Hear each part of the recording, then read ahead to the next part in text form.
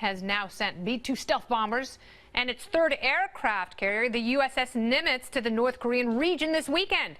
North Korea reportedly prepping by conducting evacuation drills and blackout exercises while also releasing the statement that they are a nuclear power and not worried at all by President Trump's threats to destroy them. The president headed to South Korea next week, forcing many to ask if Kim Jong-un will conduct one of his famous missile tests while the president's in town. Is there an end in sight? And will any of it be peaceful? I hope so. But let me discuss with former CIA officer and the president of Diligence LLC, the very diligent Mike Baker. Welcome back to the show. Thanks very much, Kennedy. Thank you. So let's discuss. What do you think the chances are that Kim Jong-un pops off and sends one of his missiles into the sky? Well, let's see. Personally, I'm hoping it doesn't happen. Obviously, millions and millions of others are. My wife's over in Tokyo right now for the next couple of weeks, so I think his minions have advised him not to do anything to personally piss me off. But I think that it is a possibility, and it may be more than a possibility, may be likely, because the regime in the past have either fired off a missile or conducted a nuke test around an event, around an activity, whether that activity is because they're feeling disrespected or whether it's because something else going on globally. So Trump's visit to the region, including to South Korea, that, by the way, could well prompt this. We saw that when the president of China visited the United States, when the United States and South Korea conducted joint military exercises, and with the president, potentially visiting the DMZ and being in the region. Kim Jong-un is a waddling tantrum. I would say walking, but he's gouty and slow. And all you know what he is? He's a Todd Pot. He's a toddler and a despot put together. He's a Todd Pot, and he's getting ready to throw his.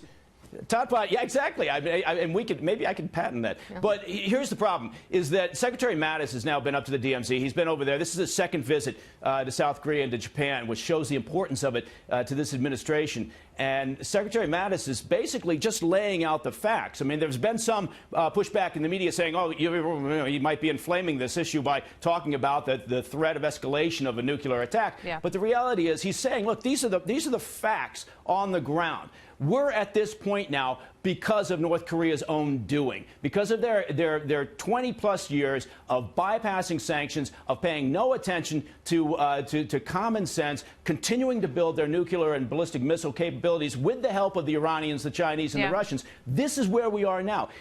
So we can either accept the idea of a nuclear-armed North Korea. Okay, but that's my question. Will the United States and our allies, particularly in the region, South Korea and Japan, will they accept that reality? Well, so far, no. I mean, Secretary Mattis said he can see no conditions under which the U.S. would accept that. So if we set that off the table, and anybody in their right mind would not want Kim Jong-un to have a closet full of nuclear weapons, sitting on top of ballistic missiles capable of reaching the U.S. So if we set that off the table, that means what else can we do? What are our options? We've had 2+ decades of failed diplomatic effort and half-hearted sanctions. So maybe that's not the answer. Maybe the answer is what we're trying to do: enhance sanctions, keeping a great deal of pressure on the Chinese and others to actually this time adhere to those sanctions. And possibly our only other options are we have to think through and prepare for, and hope that we never have to use it, a military response. Or we work with the Chinese, and here's a thought: maybe the Chinese realize that now is the time to enact some type of regime change. And if anybody can do it, the Chinese can. Absolutely right.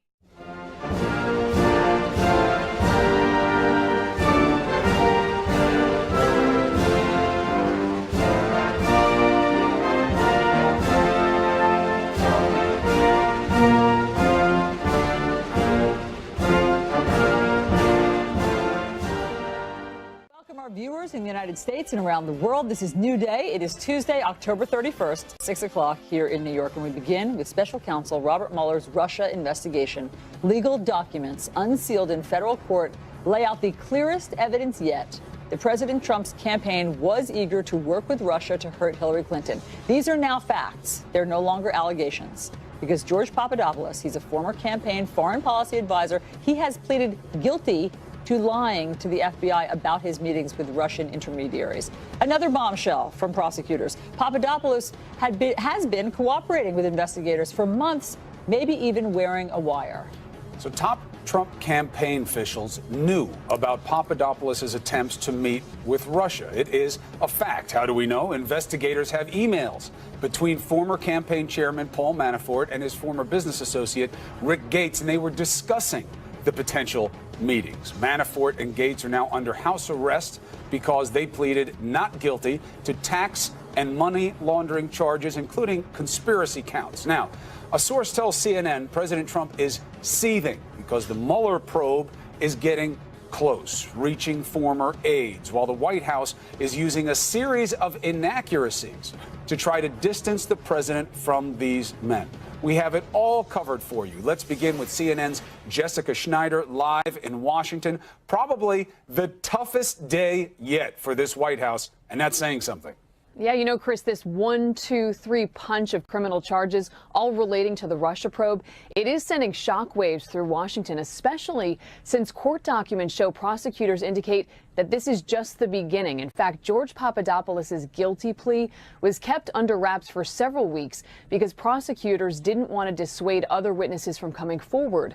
And while this plea deal did make a big impact, prosecutors warn ominously it's just a small part of what might come. Special counsel Robert Mueller's office unsealing documents that show former Trump campaign foreign policy advisor George Papadopoulos has been cooperating with investigators since his arrest in July.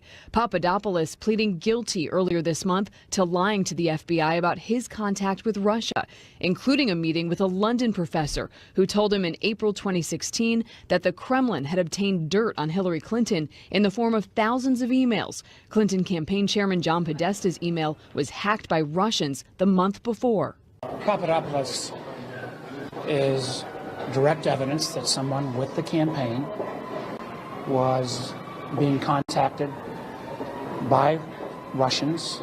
Papadopoulos' plea agreement describes his testimony as a roadmap to the ongoing investigation, noting that there is a large-scale ongoing investigation of which Papadopoulos is a small part. The document describes Papadopoulos as a proactive cooperator, suggesting that for the last 3 months, he may have been providing the FBI with information about other Trump campaign associates or even wearing a wire.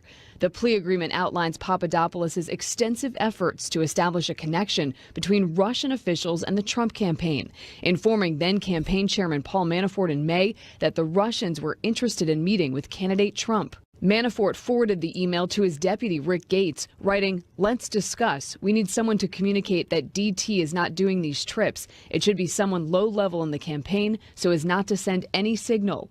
In July, Papadopoulos reached out to a foreign contact saying that a meeting has been approved from our side. Days later, WikiLeaks began releasing the emails hacked from the DNC, and Trump made these infamous remarks. Russia, if you're listening, I hope you're able to find the 30,000 emails that are missing. The following month, a Trump campaign supervisor, identified by the Washington Post as former Trump campaign national co-chairman Sam Clovis, told Papadopoulos, "I would encourage you," and another foreign policy advisor, to make the trip if it is feasible.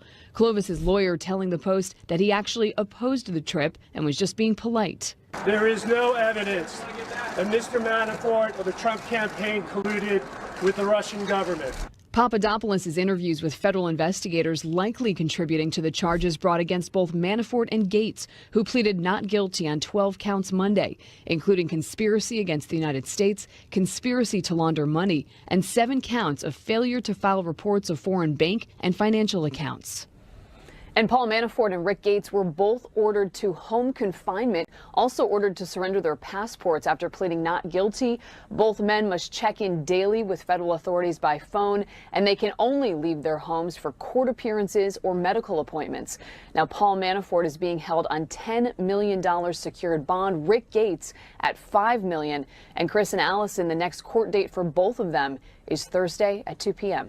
Back to you. Okay, Jessica, thank you very much for laying all that out for us. Let's bring in our panel now. We have CNN counterterrorism analyst Phil Mudd and CNN chief legal analyst Jeffrey Toobin and CNN crime and justice reporter Shimon Prokupecz, who was on the team that broke the news of the impending indictments on Friday night that we saw play out yesterday. Gentlemen, great to have all of you. Jeffrey Toobin, you've now had a little less than 24 hours to marinate on all of this. And marinade I have. Yes, you have. So what are your thoughts this morning? Well, you know, this is a big investigation, and as big as yesterday was, perhaps the most important thing we heard all day was the prosecutor in court in the sealed transcript from early October saying, this is just a small part of what we have.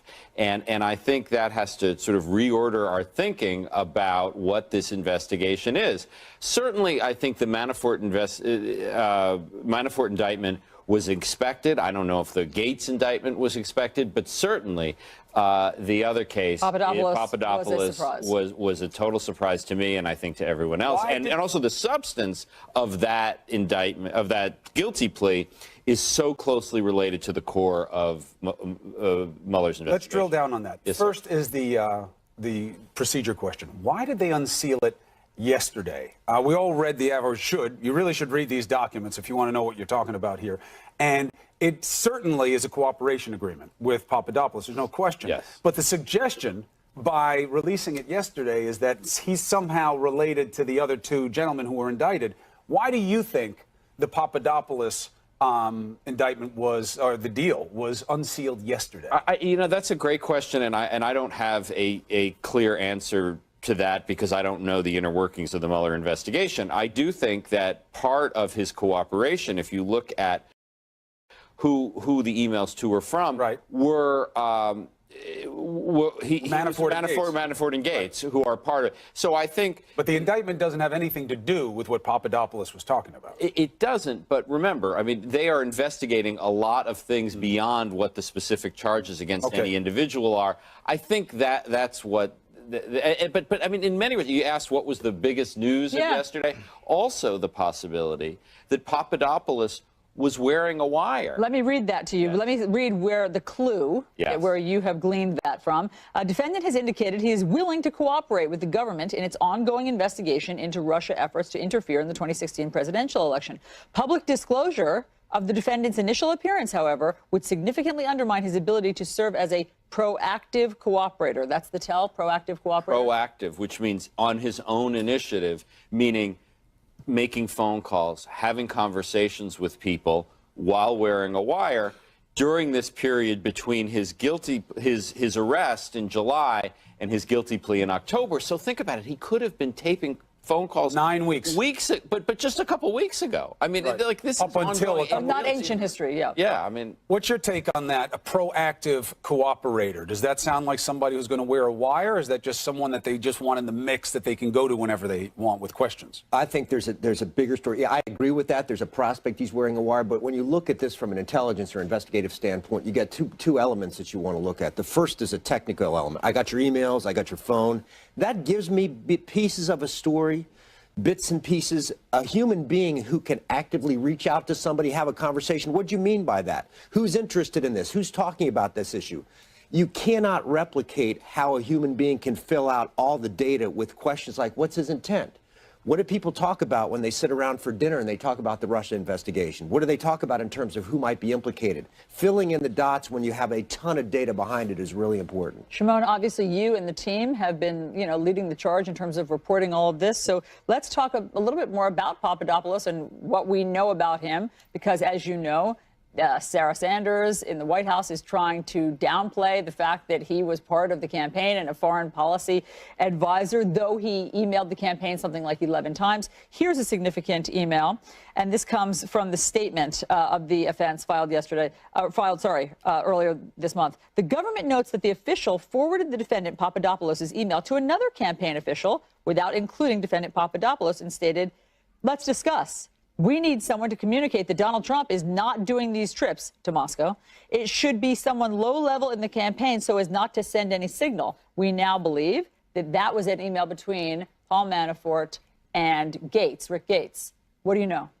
Yeah, so all of these emails, it would seem, based on some of the documents that were released yesterday relating to Papadopoulos, was something the FBI and Special Counsel's Office has been reviewing for quite some time. And in the plea hearing where Papadopoulos took the plea and agreed to plead guilty, they talked a little bit about that, about emails, about information that they've been able to obtain, which they have used, they say, quote, to build a roadmap into the investigation. So Papadopoulos has been sitting with them, with the FBI, for hours, for days perhaps, for months perhaps, going over pieces of emails, communications, Skypes. He apparently was Skyping with people in Russia, talking about coming there. This is all of the information the FBI now has, and all of that, which I think is so important, is helping them take a look, sort of be inside the Trump campaign national security team. Right. That is a huge, huge advantage for the FBI to be able to have all of that information, to have eyes into the campaign, into the national security team, and who was surrounding Papadopoulos, advising Papadopoulos. You know, in one email, there was an exchange where someone told Papadopoulos, great work on all his communications with the Russians. So all of this is really giving the FBI and special counsel eyes into this investigation. They know where they're going now and who they're targeting. All right, Shimon, thank you very much for that. Look, what this does is this universe of fact is it separates Papadopoulos from the Carter Page defense. Carter Page went on TV last night. I can't believe anybody who's advising him thought that was a good idea for him to go on. But he's just a volunteer. So was Bannon. So was Manafort. Right. All right, so that is, that's a red herring. That's just something to chase away the reality here. The interesting aspect of this is what it does to the timeline. Why do we care about Papadopoulos? Maybe someone just reached out to him and it's a nothing burger, as they're trying to say. In March, Phil, that's when the hacking supposedly happened of the emails. Put it up there, okay? In April is when Papadopoulos starts talking about how he's been informed that they have emails, the Russians. It didn't come out until after that. They weren't dumped until after that. So either somebody was really a great liar and guesser, or it proves that whoever Papadopoulos was talking to knew something that the rest of this country and law enforcement may well have not known. This is the real story here. Look, Robert Mueller is a high-dollar lawyer, 12 years as the FBI director. This guy Papadopoulos is so for change. Robert Mueller didn't sign up for this job to take down some 30-year-old at the periphery for 1001 lying to a federal officer violation. He's in the intel business, Papadopoulos, as what we would call an access agent. He is the beginning of rolling up, not rolling down, rolling up to access to bigger targets. We have not heard a single name of a major target beyond Paul Manafort. We haven't heard a single conversation about Don Jr., about Jared Kushner. We haven't heard real allegations that the campaign actually received information, for example, related to emails. I think the indication we have here, if you look at Robert Mueller's background, 12 years as FBI director, is he rolled out the first card in this game, and if we think this is the bombshell, we ain't seen nothing yet. So let's talk. Go ahead. Wait a second. I mean, hold on, Cowboy. I just think Cowboy. You're sort of assuming that all these other people committed crimes. I mean, maybe they didn't. I mean, this was in the 1001 case, a discreet lie to an FBI agent, which is a very traditional crime to be prosecuted. And you're talking about rolling up these people, which they may yet do. But I don't know. I mean, I just think we need to be careful about assuming that, all these high-level people committed. No, I agree. But lay a bet down in Vegas. Is a bigger fish going to go down or not after an investigation that goes back now maybe nearly 2 years? Yes or no? I'm going to say yes. Oh, well, I'm going to say I don't know. Well, here's an interesting point of this legally, all right? There's an odd intersection of politics and law going on with this first charge. Here's why. If Papadopoulos had actually had these meetings, if he had actually gotten the information, is that a crime? I say no.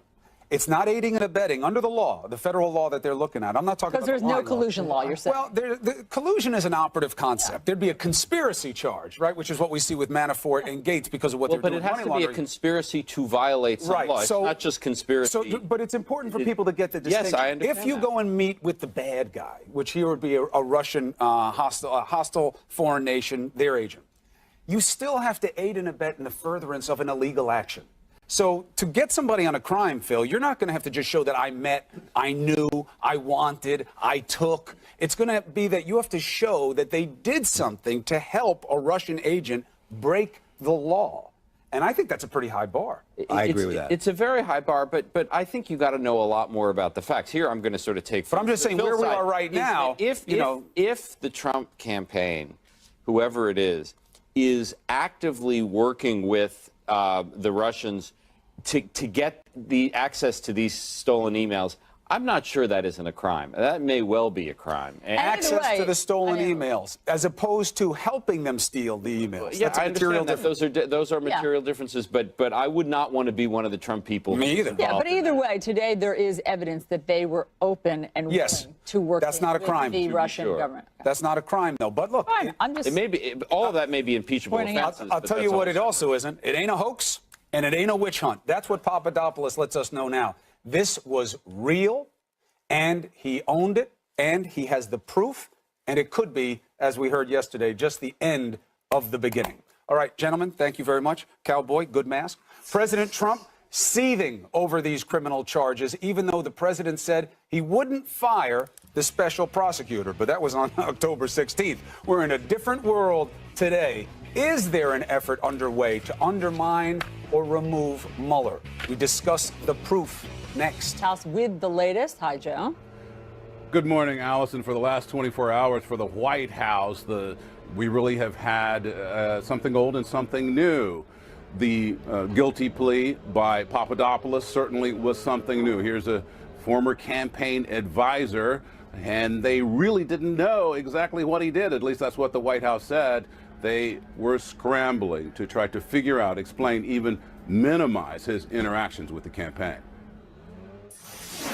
President Trump was seething as he watched the news play out on TV about the Mueller investigation, according to a source close to the White House. The source telling CNN that the president expected the indictments of former campaign chairman Paul Manafort and aide Rick Gates, but was surprised by the revelation that another aide, George Papadopoulos, pleaded guilty to lying to the FBI and is cooperating with authorities. Mr. Trump spent much of the day hunkered down with his legal team in the White House private residence, growing increasingly frustrated after seeing video of Manafort arriving at the FBI field office to turn himself in.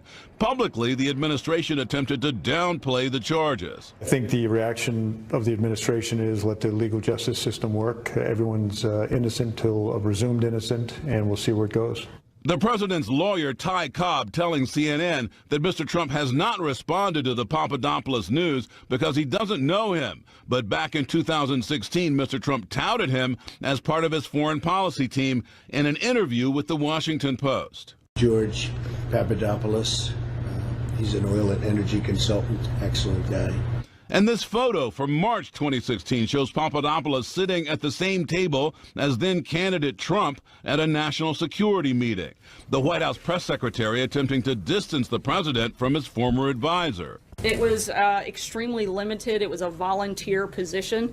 And again, no activity was ever done in an official capacity on behalf of the campaign. Sanders falsely claiming that Mueller's charges are unrelated to Mr. Trump. Today's announcement has nothing to do with the president, has nothing to do with the president's campaign or campaign activity. A source familiar with former chief strategist Steve Bannon's thinking tells CNN he is urging the president to fight back aggressively against Mueller by getting Republicans to cut funding or deliberately slowing down the investigation. The aides insisting Mr. Trump has no plans to take action against the special counsel. The president is not interfering with the special counsel Mueller's position. He's not firing the special counsel. He said that before.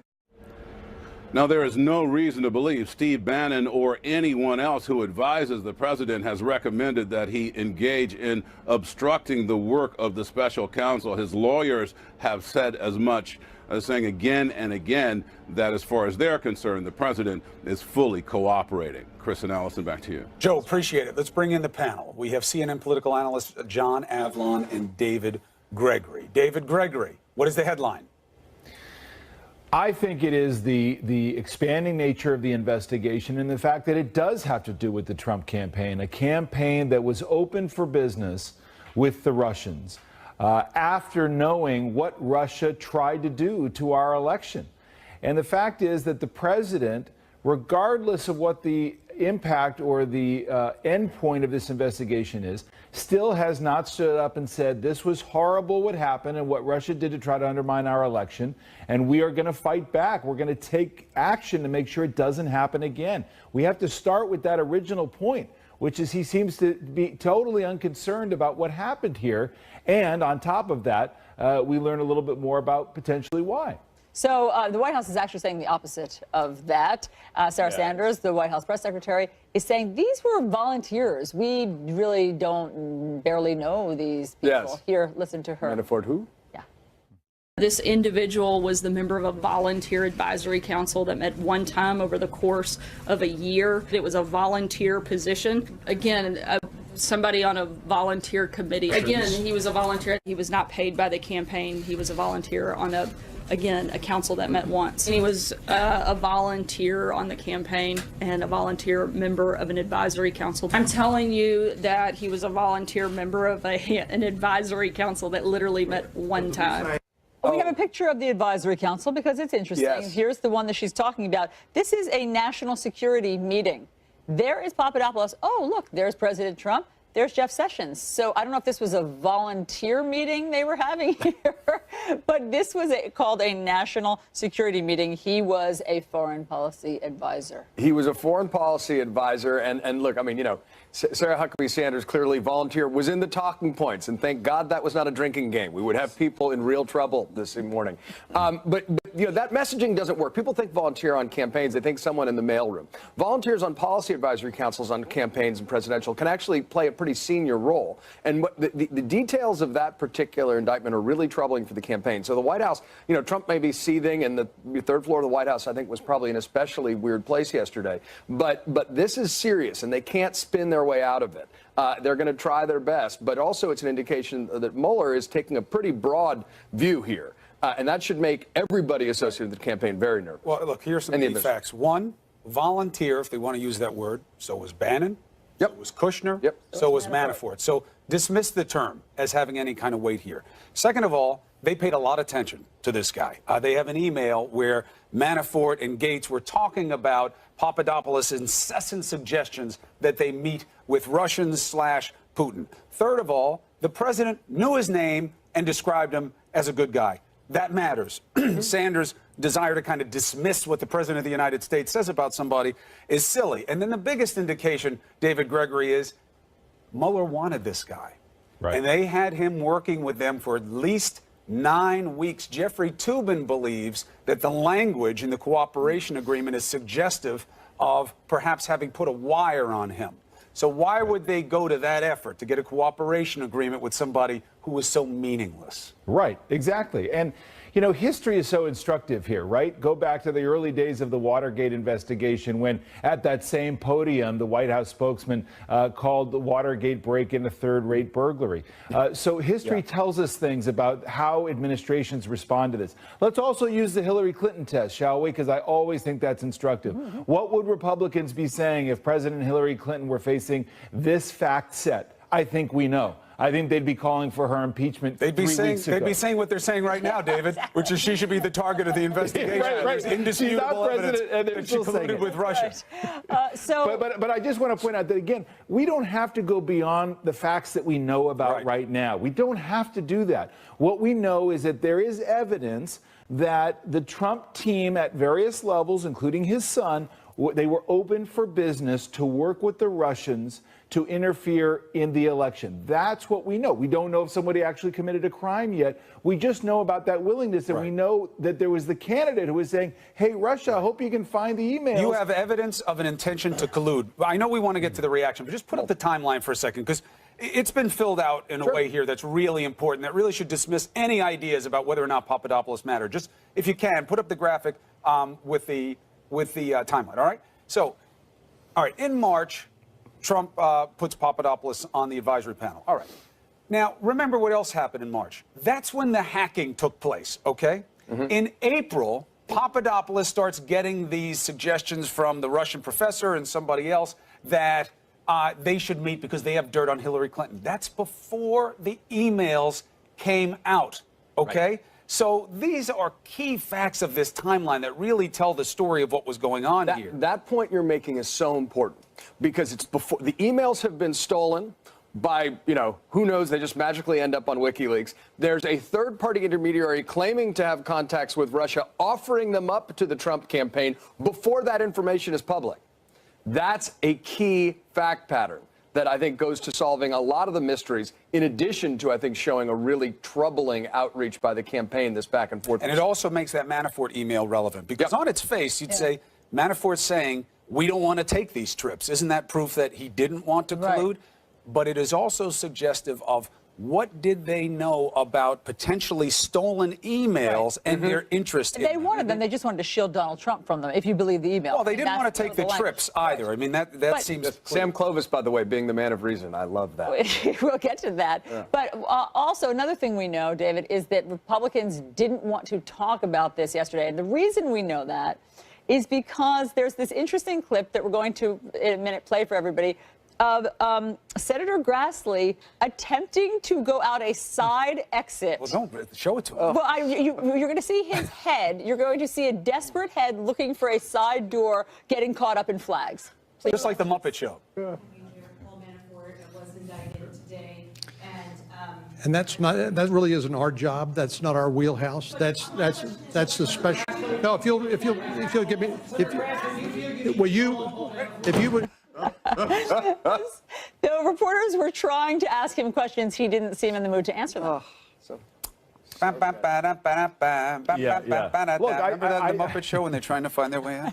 Right. Look, you've got an administration that is actively going to start disparaging Mueller, his team being far afield.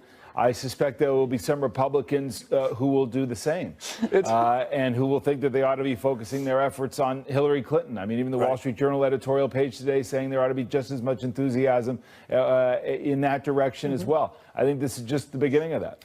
I just, sneaking out under the cover of the American flag is such a beautiful visual metaphor that Chuck Grassley has given us. That, I think he owns that now, and we should be thinking. Only a step behind. Yeah, keep showing it. But remember this, though, in this context of this is funny. What's not funny is none of the other. Speaker Ryan says, well, I don't know. I haven't read the indictments yet. Mitch McConnell, nothing. These are the leaders of that party. How can they believe that this is just a distraction from taxes? Yeah, it's just an ostrich-like impulse because they don't want to deal with the fact pattern because they desperately want to pass tax reform. Well, right. Well, and they should. Look, I mean, Bill Clinton very successfully did a lot of business while impeachment was going on. And I think it was probably a mistake for Trump to be holed up with his lawyers yesterday. He should have had a big tax, event or something like that. There's nothing he can do about it just yet. Okay, I bet we'll see that this week. Meanwhile, David Gregory, John Avalon, thank you, Gregory. So, David, very big week ahead. We have the debut of the tax plan, the president's Fed chief pick, and then the president is going to leave for a big Asia trip on Friday. So is it possible for the White House to sort of harness the plan again for this week and redirect away from these indictments? Oh, I think without a doubt, because these are all very big issues that have to do with the future of the economy, the future of any potential legislative achievement for this administration, and a crisis in Korea that is frightening to the entire world. So this is very important business at hand. The news cycle is big enough to accommodate all of these at the same time. And I think the president wants to keep the focus on some of these other matters. He has limited options when it comes to how the investigation on Russia is playing out. He can respond to it. He can try to deflect from it. But these are other issues that he's going to drive. He needs to drive. And, the prospect of all of them are very important. Right. And the spin right now from the White House is that the Russia investigation is actually jeopardizing the president's ability to go abroad and negotiate and make deals. The Fed chair is probably the biggest decision that he's going to make economically. Sure. Tax plan is political. If he gets it through, that shows he delivered. But that Fed chair position does a lot with this economy, and that's going to be a crucial pick for him. It's one of the appointments that a president is defined by. And Janet Yellen has done quite a good job, especially in the Trump years. Trump gets highest marks on the economy, not only because of his experience as a businessman, but the economy has really done well, particularly the market. Janet Yellen and Trump seem to have been working fairly well together. The name being most bandied about is a moderate named Powell, who has worked with Yellen, a Republican, sort of out of central casting, which seems to be a criteria for Trump, but also seen as a very safe pick in terms of continuity, without having the sort of indignity of reappointing Obama's Fed chair. So that seems to be where the momentum is going in terms of a pick, but that's a big deal under the basis of the economy. The tax plan, as you say, is massive if they want to get a legislative achievement.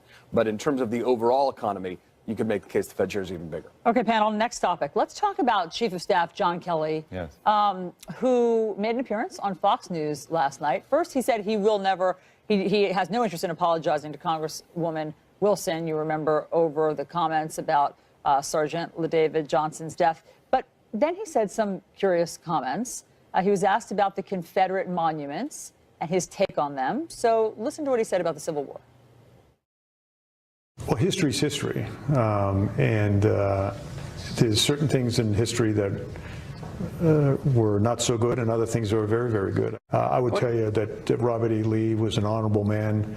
He was a man that gave up his country to fight for his state, which in 150 years ago was more important than country. It was always loyalty to state first back in those days. Now it's different today.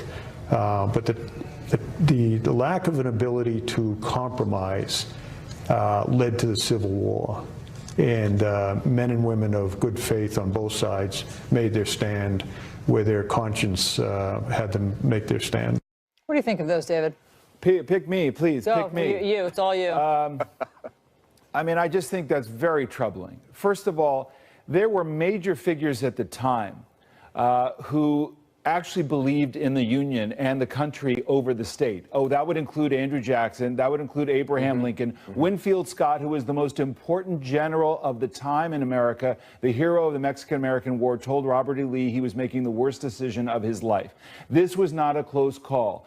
America mattered then, and it matters now. History is not history when it comes to the Civil War. These monuments were put up during Reconstruction to stick it to freed black people and to let them know that there would be a new Jim Crow and that the Civil War was fought for naught. Ulysses S. Grant, in this wonderful new biography by Chernow, is pained by the fact that it was his belief that the Civil War didn't matter because things were not actually going to change. History is not history, General Kelly, and I think that has been borne out. Right. He also misses the big word, slavery. Right. It was about slavery, not a crisis of conscience. And what does this really show us? Kelly is a respected guy. How he leads men and women, how he is organized, his attention to duty. That's all true. I've checked it 10 ways from Sunday. It's true. But giving him credit for a political modulating ethos is false. It's always been false. The idea that he would control the president's political instincts to play towards division was always an empty promise. And this is the proof.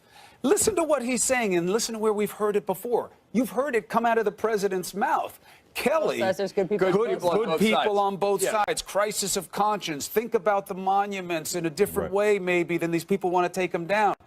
It's bigotry being ignored and rationalized, and Kelly is not going to make it better. He's making it the same or worse. And the language Kelly used is straight out of sort of mid-20th century textbooks. You know, it's the myth of the lost cause, where the Confederacy is noble leaders like Robert E. Lee being motivated not over slavery but over love of state first. Well, state first is sort of fundamentally part of the problem. And as you point out, the Civil War didn't come just because good people couldn't compromise on both sides. It came about because of slavery. And if that gets ignored, the real history gets ignored. And also that not apologizing thing, you know, one of the things that we were hoping Kelly would do with the president is, hey, you got to be the biggest man in the room. You have to surrender the me to the we. I understand that because I lead men as a general, and I get it.